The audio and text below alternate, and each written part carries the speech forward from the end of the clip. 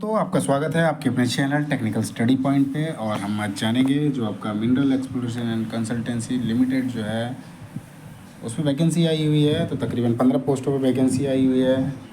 तो MACL क्या है, हम इसके बारे में जानेंगे। फिर उसके बाद मोड ऑफ एप्लीकेशन क्या होगा आपका, उसके बारे में जानेंगे। मोड ऑफ एप्लीकेशन उसके बारे में जानेंगे, कैसे आपको फॉर्म भरना है।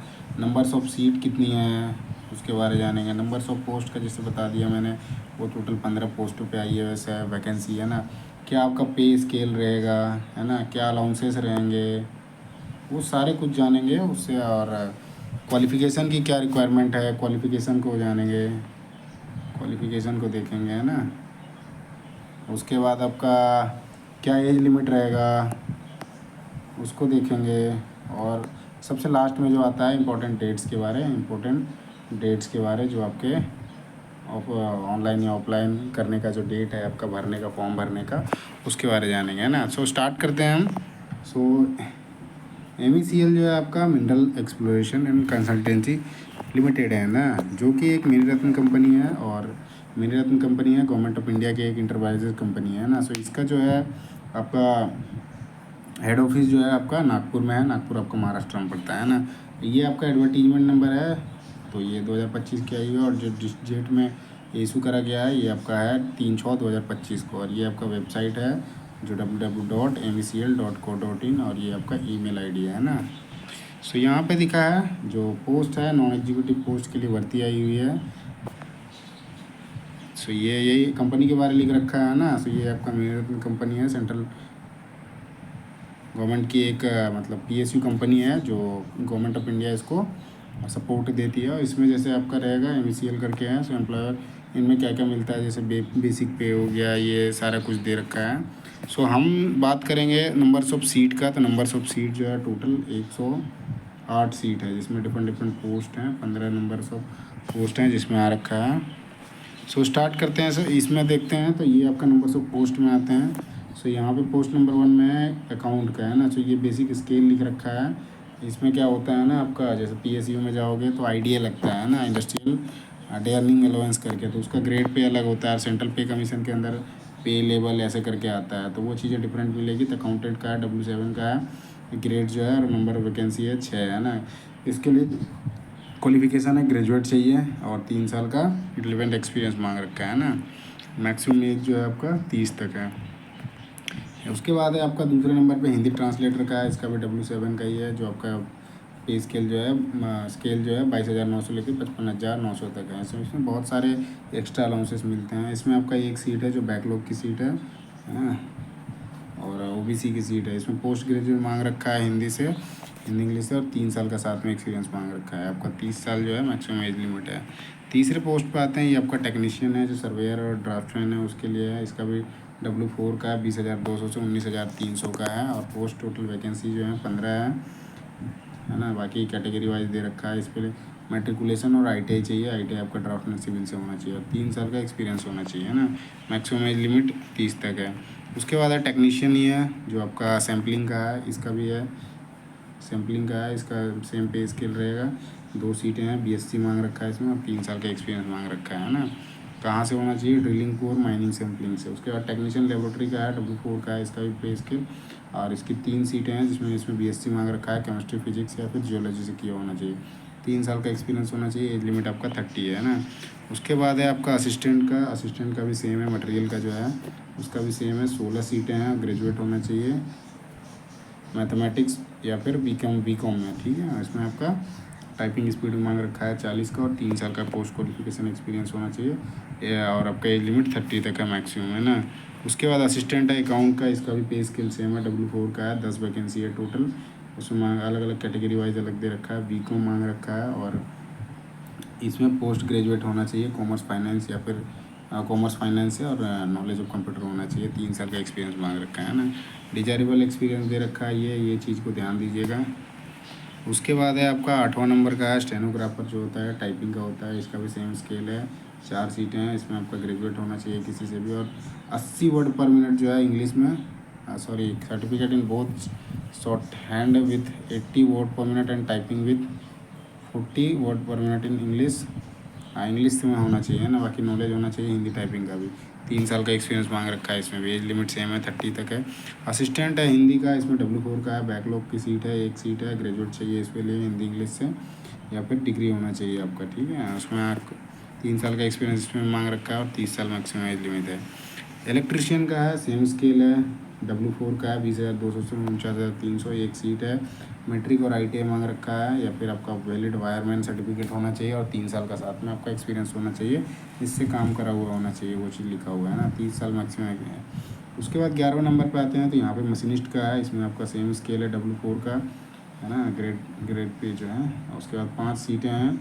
मेट्रिकुलेशन चाहिए, ITI और मेट्रिकुलेशन के साथ ITI होना चाहिए आपका। टर्नर, मशीनिस्ट, ग्राइंडर या मील ट्रेड से, है ना। 3 साल का साथ में एक्सपीरियंस चाहिए। मैक्सिमम एज लिमिट 30 ही है। सेम है टेक्नीशियन ड्रिलिंग का है, इसमें 12 सीटें हैं। ITI चाहिए मैट्रिक के साथ और 3 साल एक्सपीरियंस चाहिए। 13वें नंबर पे है मैकेनिक का है, इसका सेम स्केल है, एक सीट है। मैट्रिक के साथ ITI चाहिए और 3 साल का आपका एक्सपीरियंस चाहिए। किसमें? डीजल मैकेनिक, मोटर मैकेनिक या फिटर ट्रेड से, तो वो जाके एलिजिबल है इसमें, है ना। उसके बाद है 14वें नंबर पे है मैकेनिक कम ऑपरेटर ड्रिलिंग का है, इसका भी पे स्केल सेम है। उसके बाद इसमें सीट जो है 25 सीटें हैं और इसमें ITI मांग रखा है। देखो लिख रखा है इसमें ITI, मैट्रिक के साथ ITI होना चाहिए। जैसे EMM में earth moving machinery, diesel mechanic, motor mechanic और फिटर ट्रेड से है, तो वो एलिजिबल है इसके लिए। 3 साल का एक्सपीरियंस चाहिए। 15वां और लास्ट है आपका जूनियर ऑपरेटर का। इसमें जो है ग्रेड आपका W3 का 19,600 से 47,900 तक है ना। इसमें सीट है टोटल 9 सीट है और मेट्रिकुलेशन के साथ इसमें मांग रखा है कि आपका वैलिड ड्राइविंग लाइसेंस होना चाहिए, है ना। लाइट एंड हेवी व्हीकल दोनों का होना चाहिए। 3 साल का एक्सपीरियंस मांग रखा है। मैक्सिमम एज लिमिट 30 साल।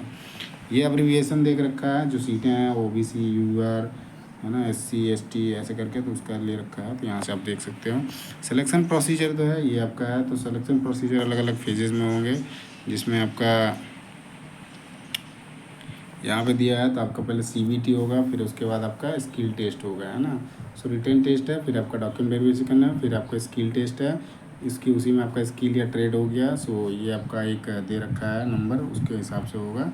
सो नागपुर सिटी में ही होगा, है ना, ऐसा नहीं कि दूसरे जगह पे होगा। सो नागपुर सिटी में होगा। स्क्रीनिंग है, सो आपका एलिजिबल है, जो एप्लीकेशन एलिजिबल है, नॉट एलिजिबल, कौन कौन एलिजिबल है नहीं है, उसके बारे दे रखा है। फिर रिटर्न कम्पिटिटिव एग्जामिनेशन का है, सो आपका 100% वेटेज रहेगा उसी में। सो ये कट ऑफ मार्क्स दे रखा है। UR, OBC और EWS के लिए 40% है, ST SC के लिए 45% है और PWD के लिए है with relax and standard as per the extent government guideline जो होगी उसके हिसाब से, है ना। So based on cut off जो होगा आपका रिटर्न टेस्ट के हिसाब से ही बनेगा। मेरिट लिस्ट बनेगी रिटर्न टेस्ट के हिसाब से। फिर उसके बाद कंसर्न जो डायरेक्टर होंगे, यदि आपका टाई होता है, एक ही सेम नंबर आता है, तो एज का आएगा, नाम का आएगा, ऐसे करके किया जाता है, तो उसके हिसाब से आपका करेगा। फिर जाके आपका मेरिट बनेगा और फिर उसके बाद आप बंद हो जाता है। फिर उसके बाद आपका डॉक्यूमेंट वेरिफिकेशन होगा और जो लिस्ट होंगे कैंडिडेट होंगे DB के लिए, वो 1:7, मतलब एक सीट पे 7 लोगों को बुलाया जाएगा डॉक्यूमेंट वेरिफिकेशन के लिए, है ना। उसके बाद स्किल टेस्ट होगा। स्किल टेस्ट में आपका डॉक्यूमेंट वेरिफिकेशन क्लियर है, उसके बाद आपका जो आपका जॉब रहेगा उसके हिसाब से आपको स्किल टेस्ट कराया जाएगा। फिर उसके बाद स्किल टेस्ट हो जाने के बाद जो भी आपका रिजर्वेशन या रिलैक्सेशन का कंसनसेशन है वो उसके हिसाब से आप डालोगे। OBC हो तो 3 साल का, ST SC है तो 5 साल का, फिर PWD है तो उनके लिए ले रखा है यहाँ पे 15 साल का, 10 साल का जनरल के लिए है। बाकी अलग अलग कैटेगरी के हिसाब से अलग अलग मिलता है ना। ये आपका जनरली मिलता है जो JNK वाले हैं, जम्मू एंड कश्मीर का, उनको 5 साल का मिलता है एक्स्ट्रा, जो इस टाइम पे उनको मतलब फेसिस करना पड़ा था थोड़ा सा। क्या बोलोगे उसको आप, मतलब वहाँ पे थोड़ा ज़्यादा ही, ये वही चीज़ लिखा है जिन्होंने वहाँ से, उनका डोमिसाइल होगा और 1980 से 89 के बीच में, और इंडियन गवर्नमेंट ऑफ इंडिया के गाइडलाइंस के इशू के हिसाब से होगा, तो फिर वो एलिजिबल है, 5 साल के उसमें मिल जाएगा। EWS का दे रखा है तो उसका भी है, तो 8 लाख से ज़्यादा नहीं होना चाहिए। फिर ये रिमनरेशन है, सो ये क्या क्या आपको मिलेगा उसके बारे दे रखा है। अलाउंसेस का है तो IDA है, इंडस्ट्रियल डेयरनेस अलाउंस, HRA हो जाएगा, पॉक्स में आ जाएगा, और भी अलाउंसेस हो गए हैं। PF है, ग्रुप परफॉर्मेंस रिलेटेड इंसेंटिव है, ग्रुप मेडिकल इंश्योरेंस फैसिलिटी है, जो भी MECL के कंपनी में जॉब हो जाएगा उसके बाद आपको ये सारी चीज़ें मिलेंगी। प्लेस ऑफ पोस्टिंग में दे रखा है, सो आपका जहाँ पे भी इसके प्रोजेक्ट होंगे वहाँ पे आपको पोस्टिंग करा जा सकता है। प्रोबेशन जो है, प्रोबेशन आपका 1 साल का रहेगा, जब आप ज्वाइन हो जाओगे उसके बाद का है, तो 1 साल का प्रोबेशन रहेगा। उसके बाद आप परमानेंट हो जाओगे, है ना। सो मेडिकल फिटनेस के लिए दे रखा है इसमें, आपका ये सारी चीज़ें आपकी चेक होंगी। सो ये मेडिकल का है, ये सारा स्टैंडर्ड इसमें चेक होगा, फिर उसके बाद ये होगा, तो वो करवाएगी खुद ही, है ना। जनरल इन्फॉर्मेशन इंस्ट्रक्शन में दे रखा है, जो भी चीज़ें आपको डाउट होगी तो उसके लिए है। सो ये उसके बाद जैसे देते हैं ये आपका पेमेंट ऑफ एप्लीकेशन रजिस्ट्रेशन 500 का है ना। तो जनरल ओबीसी और ईडब्ल्यूएस के लिए तो वो आपका जैसे पेमेंट कैसे करना है उसके लिए दे रखा है। सो ये आपका बैंक नेम है, आईएफएससी कोड है, और ऐसे करके आपको पेमेंट करना है ना, नेट बैंकिंग से भी या फिर ऑनलाइन पेमेंट के द्वारा आप कर सकते हो, या क्यूआर कोड के द्वारा, है ना। अप्लाई जो करना है आपका फॉर्म को कैसे अप्लाई करना है, तो ये आपका साइट है www.mecl.co.in करके, उसके वहाँ पे जाओगे, फिर रजिस्ट्रेशन करके आप फॉर्म भर सकते हो। टीए जो है, जब भी आप एग्ज़ाम देने जाओगे या स्किल टेस्ट या फिर आप डॉक्यूमेंट वेरिफिकेशन, तो कोई भी टीए आपको नहीं मिलेगा, है ना। आगे देखते हैं, ये आपका बाकी दे रखा है जो आपका डेट का है।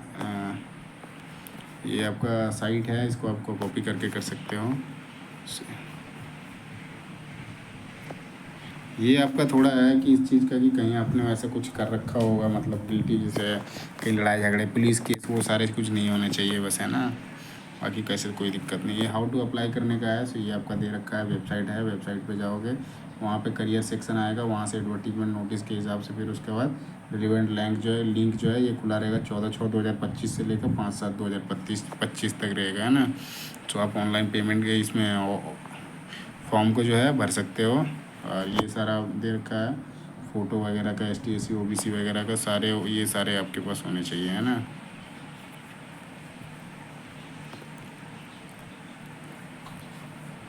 ये हेल्प डेस्क का दे रखा है नंबर आपका, इससे कर सकते हो, किसी भी प्रकार का डाउट होता है तो आप यहाँ से पता कर सकते हो, है ना। क्या क्या चीज़ें चाहिए और क्या क्या डॉक्यूमेंट लगेंगे उसके बाद दे रखा है। तो ये गवर्नमेंट IDs हैं, जो आपका डॉक्यूमेंट में नाम और ये रहेगा, उससे आपको ये कर सकते हैं। ये PDF फॉर्मेट में होना चाहिए, 500 KB तक होना चाहिए, है ना।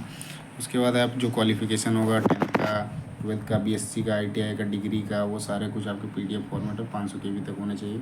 10th का आपका वही स्टेटमेंट, मार्कशीट जो होगा, वो पासिंग सर्टिफिकेट, वो भी आपका PDF में 500 तक होना चाहिए। 10th 12th ITI जो भी डालते हो आपका जो क्वालिफिकेशन है।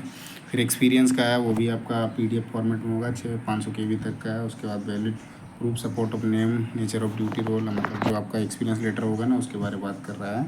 और सैलरी स्लिप जो है लास्ट का 3 महीने का, और साथ ही यदि आप किसी गवर्नमेंट या फिर उसकी ऑटोनोमस बॉडी पे काम कर रहे हो तो वहाँ से आपको NOC लगाना पड़ेगा, और वो भी 500 KB का PDF फॉर्मेट में चाहिए, है ना।